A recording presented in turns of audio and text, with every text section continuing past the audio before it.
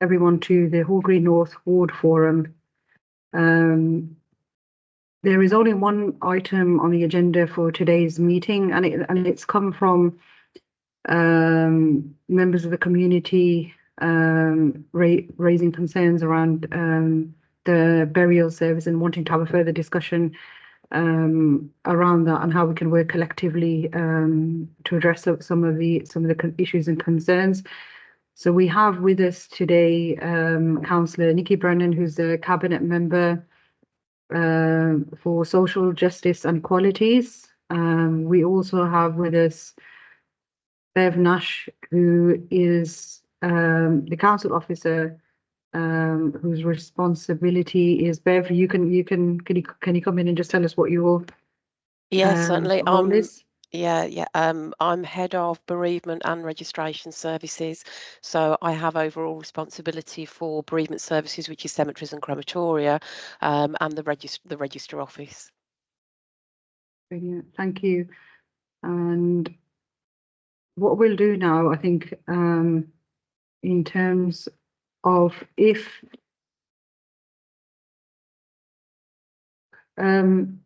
so if you was Isaac from Etwell Road Mosque as the representative, I think are you also the chair of the board? Yeah.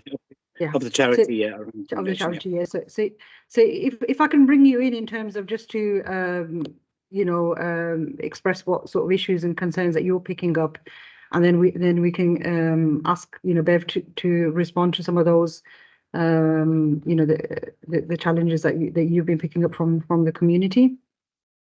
Okay. Hi everyone. So my name is Mohammed Ishaq. I'm the chair of the Arama Foundation, which manages the two mosques, the Masjid Isa, which is on Ashwell Road, and Masjid Suleman, which is on York Road.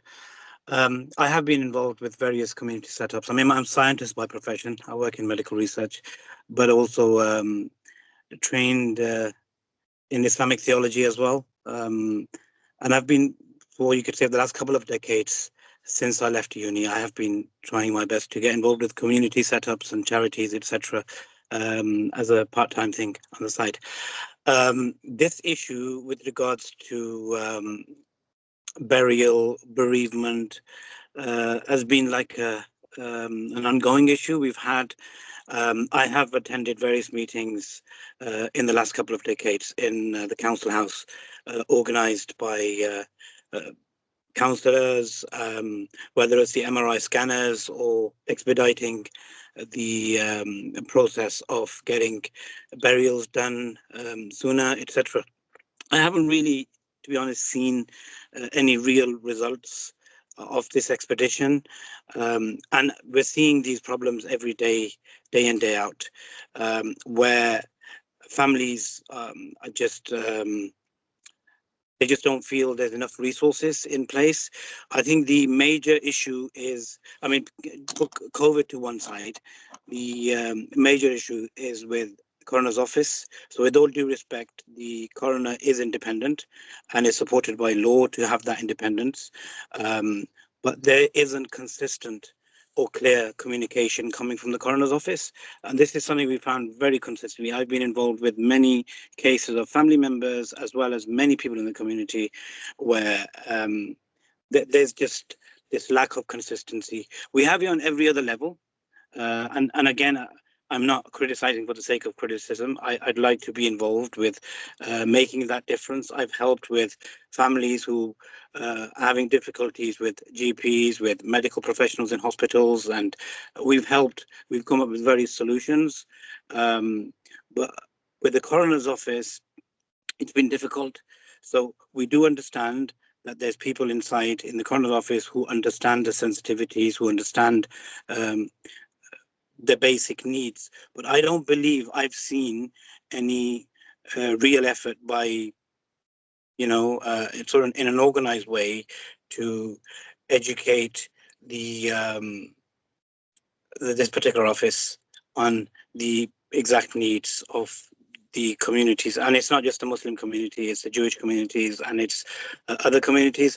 I've seen things written for other cities, for Manchester, for London, and various other places where training's been provided to the staff, where they're told about the basic needs. For example, getting an expedited burial, getting non-invasive procedures involved in an expedited way, and where the invasive procedures are required, to get them done in an expedited way as well.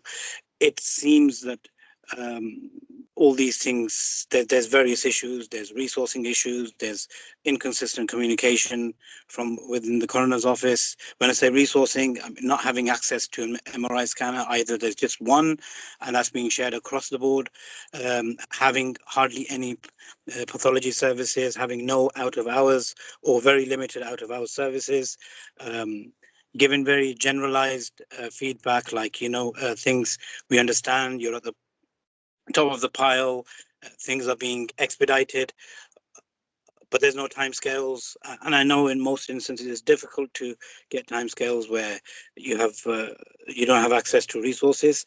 But timescales, for example, expedited here in Birmingham would be something like 2-3 weeks. We had a few cases very recently where it was a very simple case.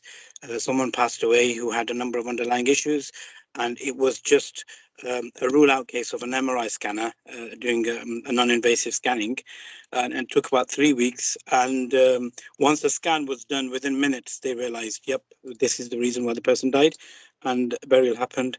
So it could have been much quicker to, remove the distress of the family, etc. So there's all these things. I mean, I've got points, I can write them down afterwards and share them. But I believe together we can work and come up with some sort of solution like other cities have done. I've seen Manchester pretty active on this front. So we really need to work as a team. But if we're going to be constantly reminded, so families are generally reminded, I know it's done I haven't had cases where people have complained that it was patronizing, but they have been told very clearly that, look, nobody else can be involved. The coroner is independent of everybody else and has all this at his or her disposition. You just have to wait. So, in the absence of timescales, in the absence of an explanation as to exactly what's happening, what step is being involved right now, it's difficult. So I don't know. I feel there should be, communities need to be satisfied that the coroner's office has got all the information needed. So they've had training. I know they're all professionals and they would have had training, but they've got training enough to understand the needs of the faith communities. Faith sensitivities are something that are taken seriously. Just to assure everybody that this is the case. Where it happens elsewhere, I think communities are comfortable. So sorry, there's loads of points there. I wasn't planning, I wasn't expecting to be asked to say this. I could have put my thoughts in a more organized, methodical way, but I can share them after the meeting. But there's a number of elements. Then coming down to, I think we only had challenges with the registrations during COVID period, but then we were challenged everywhere else with everything else. So that's not really something. I think the registration is not so difficult. It's okay, but then we have issues on every other level in our primary care services. Again, it's another issue we'll be dealing with separately. I'd like to deal with that separately, but there's issues there as well. And also in hospitals, there's issues, and that needs to be really the bereavement services within hospitals. I don't know if anybody here is a representative of that. I believe not, with the NHS, but that's another challenge in itself. Sometimes it's a very simple, straightforward procedure and weeks, go by and that doesn't happen. So it's about education, really, for all of us. Thank you so much. That was a lot of discussion, and I went here and there, but hopefully, that's been really helpful. Thank you very much, Isaac. And just before I bring Bev in, I think it's important to recognise that that with your organisation, that you have two very large mosques, and you run two very large mosques in Hall Green, which has got an increasingly growing Muslim population, so that you have you're representing a large community who are, you know, raising these concerns with you. That's why I thought it was really important. Can I That, you know, just add one more thing, please? yes, So these are not just my concerns.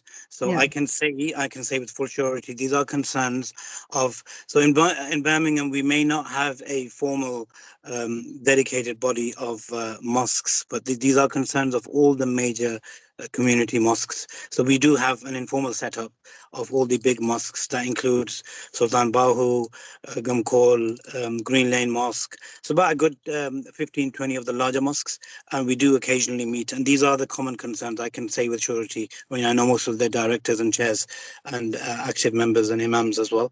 It's a common concern, and I also do believe it's a concern of the Jewish community as well. So so maybe you know, something so could be done yeah. together on a form. So I was just gonna, yes, sorry. So I was just gonna say, first of all, can Councillor Brennan's just had to step out. Something urgent's come up. Just to note that.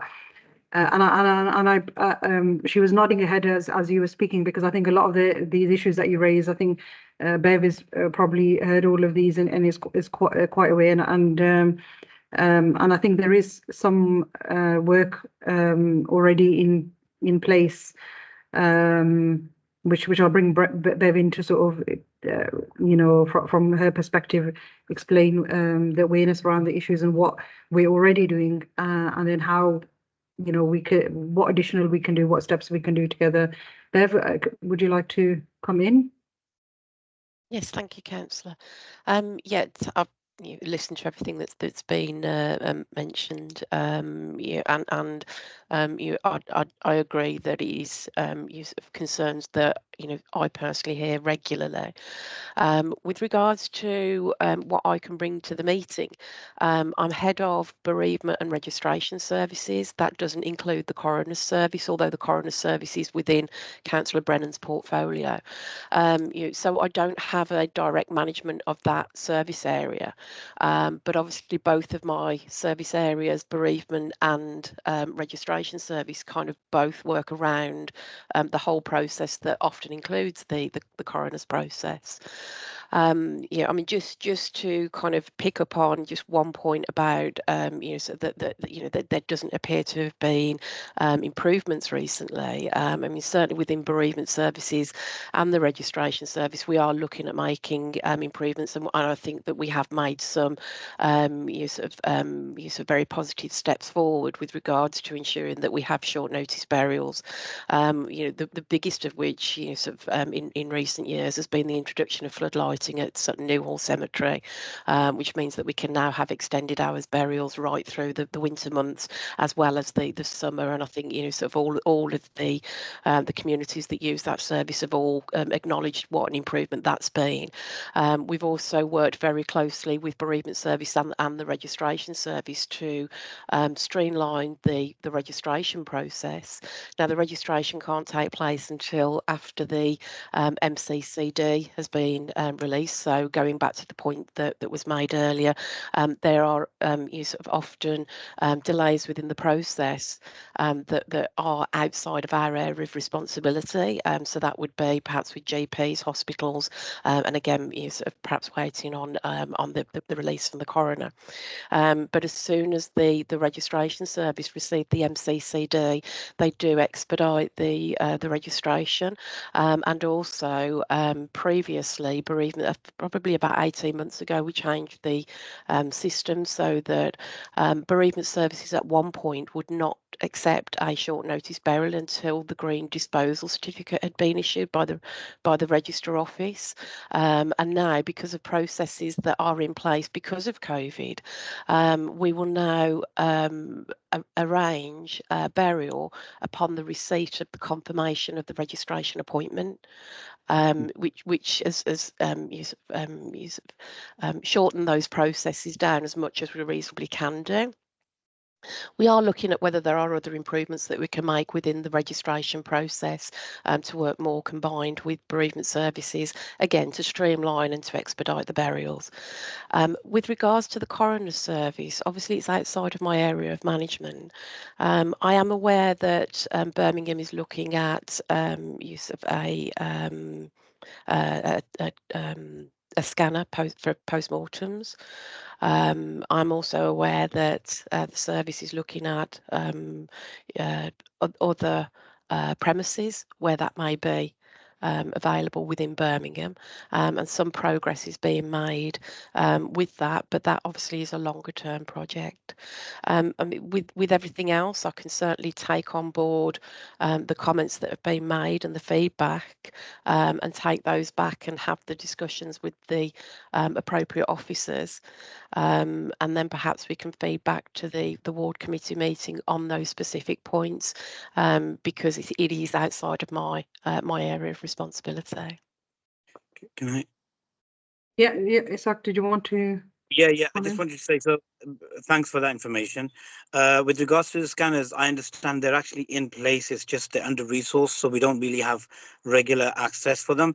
And as part of a solution, I do know some local businesses were keen to sponsor a scanner that could ideally be dedicated for this service, but then also be used for other needs, major needs within the NHS. So I do know some businesses that were, if this is something that, you know, they would interest, so they're willing to buy a brand new scanner and you know, used for this service. Obviously, there's going to be some procedures written, but they're willing to sponsor this if this is going to make a difference.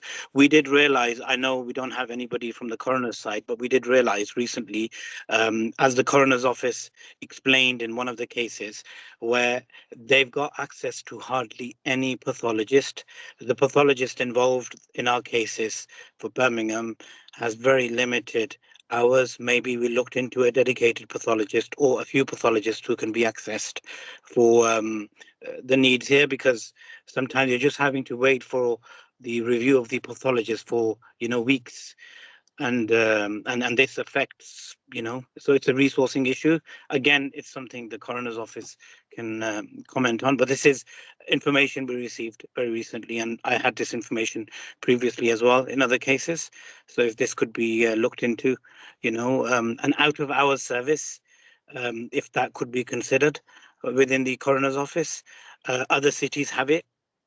And Bev, one more thing for yourself. I'd be really keen to know if or how frequently or what the process would be if somebody wanted to review, you know, the types of graves we have for the Muslim faith. Mm-hmm. If this can ever be brought up again. I'd like to share models in other cities like London and Manchester and Bradford, just so that if there any reason why we can't have the same models, how frequently is this reviewed, etc. So I'd be keen to know this. So if you could probably look into this and get back to me. We only have a couple of options for the Muslims in Birmingham for the types of graves, but it'd be nice to explore, you know, within a remit of what others are doing in other cities, so it's more closer to our faith understanding. Mm-hmm. Yeah. So it's I Sorry, think my through connection's a you. bit poor. Can Sorry, you- through you, Councillor. Yeah, just in response to that, any information that you can forward to me that you may have about other authorities, then I'm happy to receive it. We do have regular liaison meetings with funeral directors and faith groups. You know, so perhaps that's something that, you know, we could maybe extend an invitation to you. With regards to the grave types, I suppose it's about us as a service having an understanding of what the majority would prefer and would want us to you know, sort of explore options within Birmingham, and that's certainly something that we're open to. Yeah, and we've had recent meetings. I say recent, probably within the last 18 months, looking at various options that could be adopted at Sutton New Hall Cemetery. One of the restrictions is that there is limited space available across the city. And one of the things that Birmingham is committed to is extending the current cemeteries at Sutton New Hall and Kings Norton. We've also recently introduced a Muslim burial section at Quinton Cemetery to give options available on the south of the city. The service isn't as developed as it is in Sutton New Hall. So, for instance, there's no lighting. There's not an out of hours use of access as such in the same way that there is at Sutton New Hall.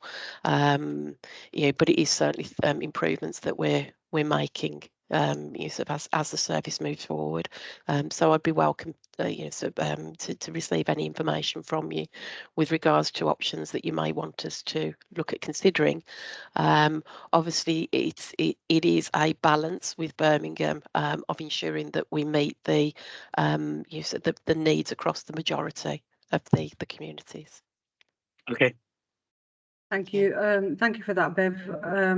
I'm going to bring in Councillor Brennan just to feedback on what we were talking about today, and just hear from her perspective as well.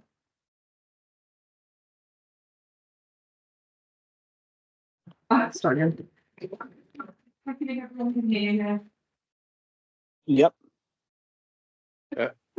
If it would be something that you're interested in, if we have a Muslim burial steering group, I was wondering if that was something that you'd want to get involved with, because I just think that your kind of expertise and your experience, it would be like really good to have you on that steering group. It sounds interesting. Yes, definitely. Because it's like a way that we can work together about the issues that you're raising. Yep, definitely. So, sorry, what is it called? What did you say, sorry? What's it called? Sorry, It's what's the called the name? Muslim Burial Steering Group.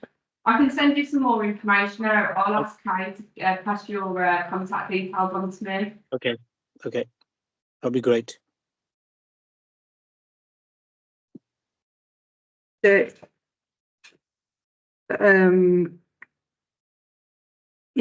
that's the sort of action point, Kay, for yourself, if you could just share Isaac's contact details with Councillor Brennan. I'm not sure I've got them. Do I have them? Okay. Well, you can put them into your email into the chat. I'll take them myself. Okay. Yeah, if you pop your email into the chat.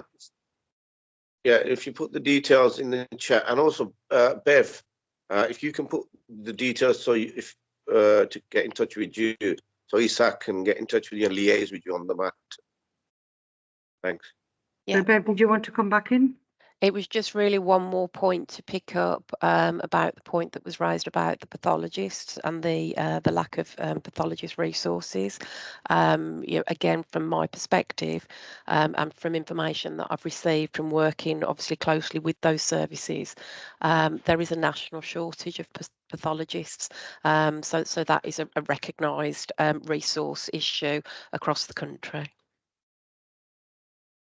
Councillor Brennan, did you want to come back in? Sorry, let me just bring Councillor Brennan in before I bring you back in. Is that on that? Just going on to Bev's point about the pathologists, that's something that we're trying to raise in Parliament as well. We're just trying to find one of the local MPs to be able to ask some questions about us because we know it's a problem nationally, but it's something that's really affecting Birmingham. Isaac, did you want to come back in?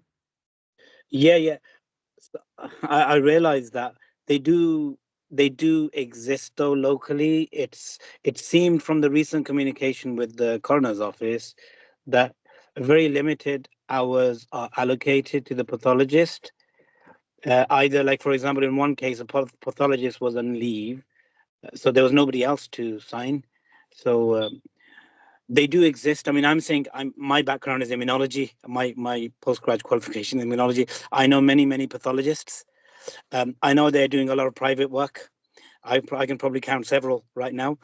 I don't know how is it resourcing issues with regards to paying them, or what is it exactly? So I think we can come up with a solution. I believe there's less hours allocated. Maybe there isn't a need for a period, and then suddenly a need comes about for them. I don't know how it works.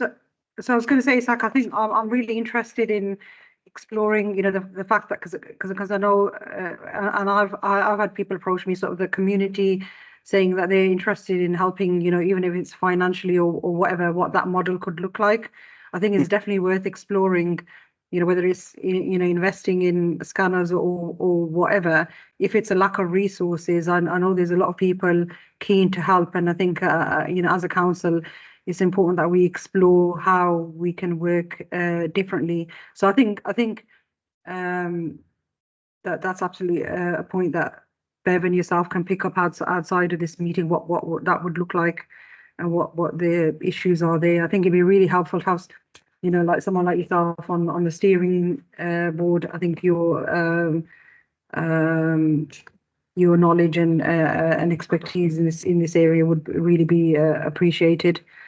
That's fine. I mean, I know yeah. you talk to most of the funeral directors, like Ishtiaq and all the others. I know them pretty well, including the burial committee, the Tilatias and the others from Aston.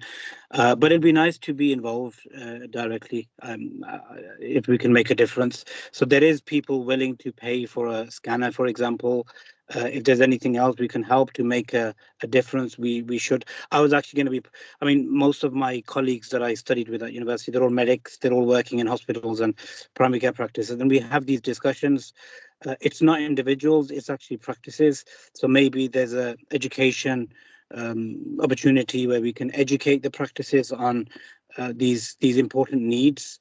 We would like, I was going to initiate something for our locality for South Birmingham, just so that, you know, we can share some good practices with them. And I realized, because I've attended some of these meetings there, and I realized there was, although people wanted to help, there was lack of knowledge, lack of understanding of the needs. So when we do something from this front, it would make a difference. So anyway, there are points to come back to afterwards, but I'd be keen to get involved in some of those. I don't want to reinvent the wheel. I know some of this stuff has probably been already aired, and it happens each time, you know, people face challenges. But that option is there if you want to come back with regards to the MRI scanner, because we believed it wasn't dedicated, and it's usually busy, and it takes, like that one case I mentioned, it was just minutes after the scan they realized, you know, the cause of death was suddenly known. That could have been done 3 weeks before, and the family, you know, would have been so much happier. Thank you. Bev, did you want to come in? Yes, thank you, Councillor. It was just to just add in just one more point. This is about the registration service. We are waiting on legislation that changes the process, so that the medical examiner will be responsible for the MCCD for community deaths as well. So that's a change in legislation that we were anticipating would be at some point in April, and we're just waiting to hear from the Home Office, I believe, with regards to what that legislation will look like.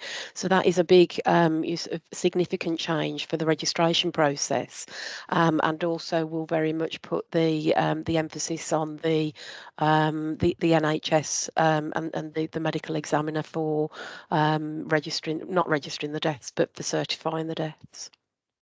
Okay, that sounds very promising. Yep. Thank you. Thank you very much for that, Bev.